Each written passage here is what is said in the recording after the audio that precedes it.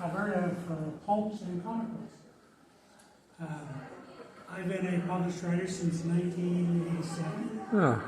In that time, I've been in over 400 different magazines, websites, and podcasts. And I want to take you through some of the connections that I enjoy with pulps. Now it's perfect.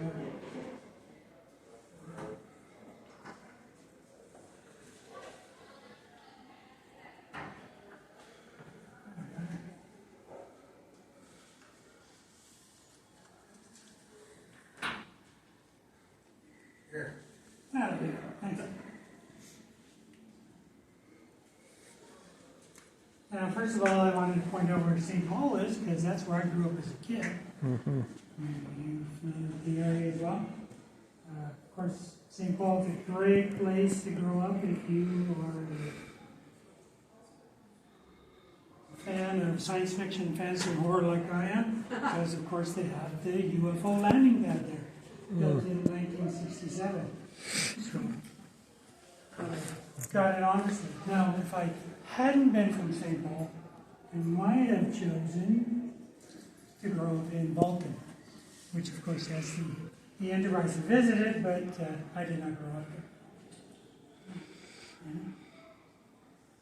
This gentleman, this rather distinguished gentleman, is Lord Bulwer Lytton, the English lord and writer. And you may know him from his famous words, "It was a dark and stormy night." He was the gentleman that actually wrote that. And of course, Snoopy was inspired by him. But Lord Bulwer, he has the town of Lytton, British Columbia, named after him. There's Lytton. You might know it from the news because it had some terrible fires there a couple of years ago. Oh. And much of the town has been burned to nothing. But This is what it used to be. that's what it used to look like, yeah. It will look like in the future. He's got a town named after him. He never ever went there. He was the Minister of Highways when they originally surveyed the town in the 1800s. So they named it after him. So that's in British Columbia. It's not a well, he did write this novel, which I always found interesting. Coming Race is a Lost World novel, which has the idea of Vril, and Vril is this mystic energy that is in the book.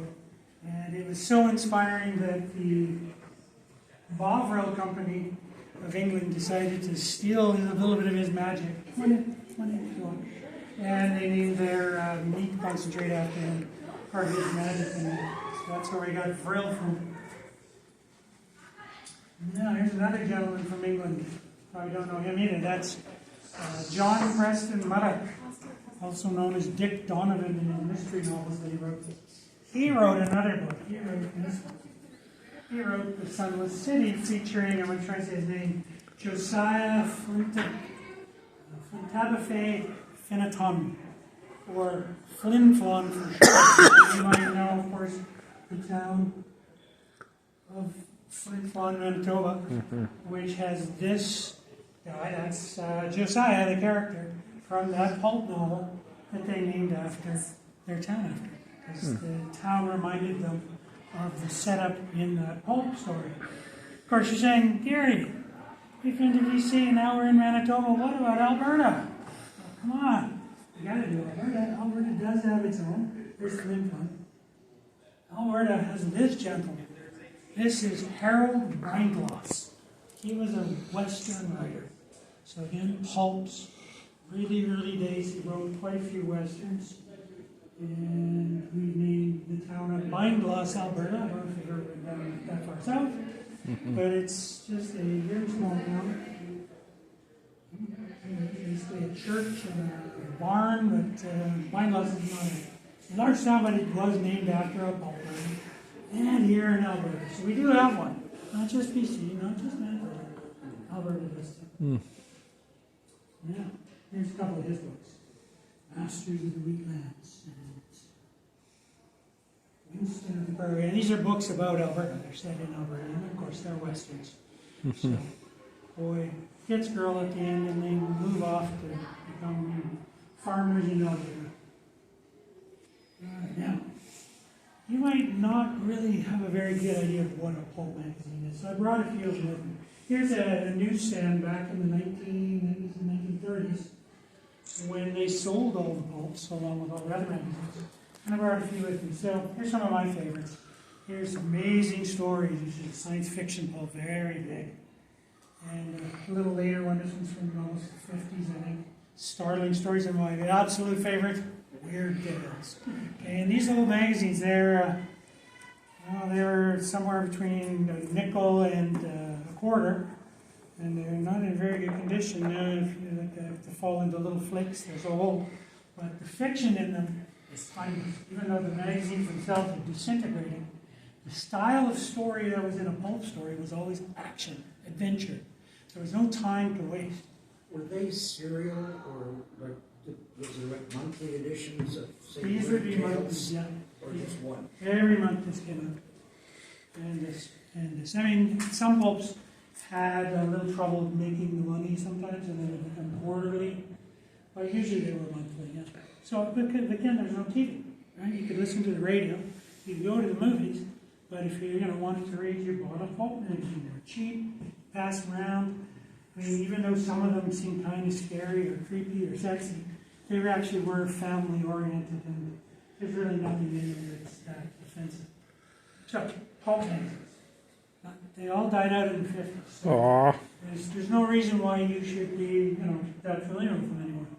But I'll come back to that later, because I'm going to talk a bit more about pulp already. Let's go to Athabasca right now. Okay.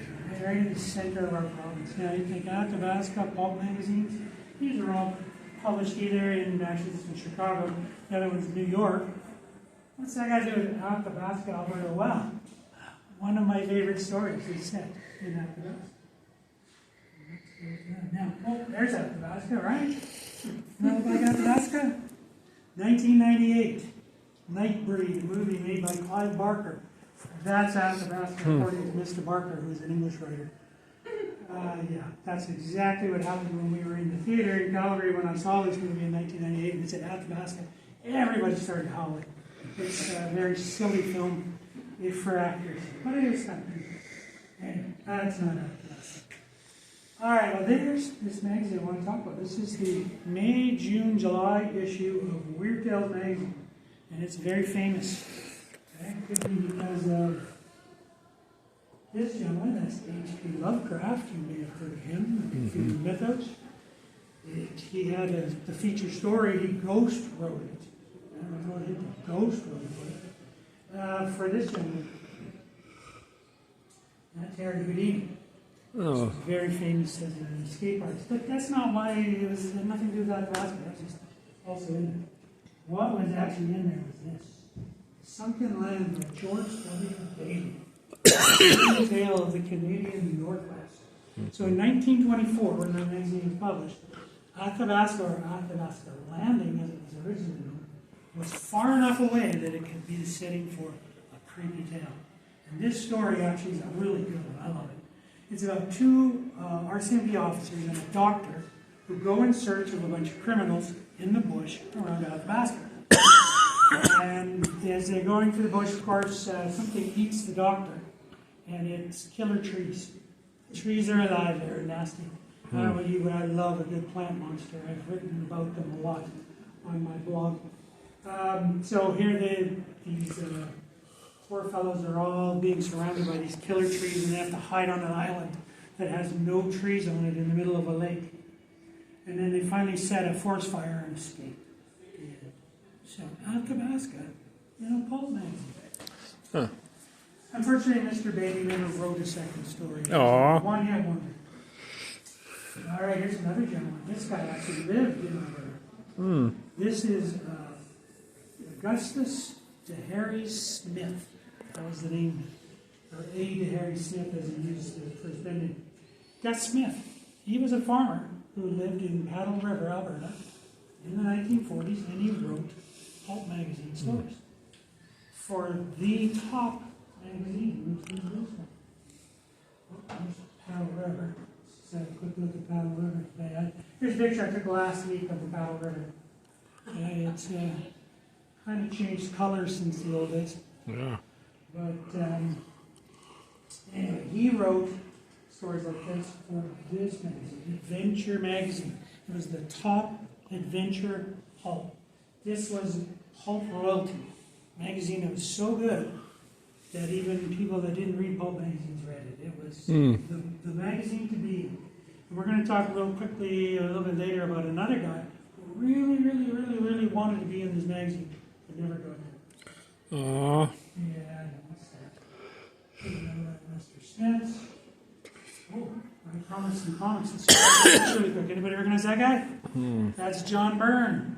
John Byrne, who drew himself like that. Huh. You don't know him, but you sure know this guy. Yeah. Wolverine. John Byrne and Chris Claremont wrote X-Men in the 80s, made the comic so popular they turned it into movies. This is his latest outfit. This is from upcoming Deadpool 3, I believe. And he's wearing a John Byrne design outfit in that one, instead of the usual black one. And then there's another guy. Oh, actually, John Byrne wasn't born in Calgary, he lived in Calgary. Here's a guy who was actually born in Calgary and lived in Calgary. This is Calgary Farley, who, of course, you might know from his Spawn. But he got famous for this guy. Okay, before he went independent and did his own thing, he drew Spider-Man and was a hugely popular. And you might know this guy from the movies too. He created Venom along with the writers. So, you guys from Calgary, Wolverine and Venom. No. Thank you, Calgary. You're good for something. Edmonton buys Venom. Yeah. So I'm glad I'm in the Oilers country. All right, I should really quickly mention that we do actually have a science fiction magazine, science fiction and fantasy magazine here in Alberta called On Spec. If you ever come across it, it's a good magazine. Read it, you can find it. And let's get on to this guy. Anybody recognize that gentleman? That's Robert E. Howard. You recognize the name Robert E. Howard, maybe? Yes, this is Robert E. Howard. He's the guy that wanted to be in Adventure Magazine. And he would write these great adventure stories and they wouldn't buy them. So he would stick in some horror elements and sell them instead to this magazine, Weird Tales. They would buy his adventures with the monsters in them as long as they were monsters. And by doing that, he created the subgenre of sword and sorcery. And he created this guy, Conan the Barbarian, as painted by Frank Frazetta in the 1960s. Right? Sword and sorcery is a pulp style of fantasy that is action-oriented, it's exciting, and it's what I do. In my company, it's called Rage Machine Books. We publish a number of sword and sorcery books. And most recently, this one. Okay, my new series is Bear Shirt. I brought some copies with me today to show off. Okay, you can check them out if you want. Sword and sorcery, action, fantasy for people that like a good, fast, exciting read. So check them out if you have time. Other ones, Swords of Fire, of course, which is an anthology, and my space westerns. I also like the science fiction as well as the sword and sorcery. All right, any questions? I'm almost done. Anybody want to know anything about pulp magazines? Comic books? No? Well, I would direct your attention to my website at gwthomas.org. You can find all my books there, of course. And you can also find my blog, which is called Dark Worlds Quarterly. It comes out every other day. It's very popular with sword and sorcery and all kinds of science fiction fans. And if you just want to learn more about these things, you can go there and there's tons of articles on it. All right. Thank you for coming. GW, or do you have a first name? Gary. Jerry? Gary. Gary. One R. Yep. Gary Thomas. G.W. Thomas. That's Yeah. Huh. What's the most expensive pulp fiction book? the most sought after. Well, it used to be a complete collection of Weird Tales was worth thousands of dollars. Yeah. Nowadays, if you go to archive.org, you can actually find all the issues of Weird Tales scanned as PDFs. Oh. You can read them. But that's not as much fun as actually holding the physical copy. I like it because you don't have all the little flakes. Yeah, I know. And you don't get the smell here. Yeah. Smell that. Yeah, some of them aren't as nice. I left the moldy ones at home. So, yeah. There's a definite pong to these old magazines. But Yep. if you just want to really check out some, they got lots of adventure, they got complete unknown worlds, all these old pulps that are classics where all our paperbacks came from. Yep. Go check them out, and they're free. Yeah. Archive.org. But again, I would ask you to go to my site first. Okay, well. gwthomas.org. All right, I think I'm done. Okay. Any other questions? Thank you for No. listening to my talk about Alberta. Yep.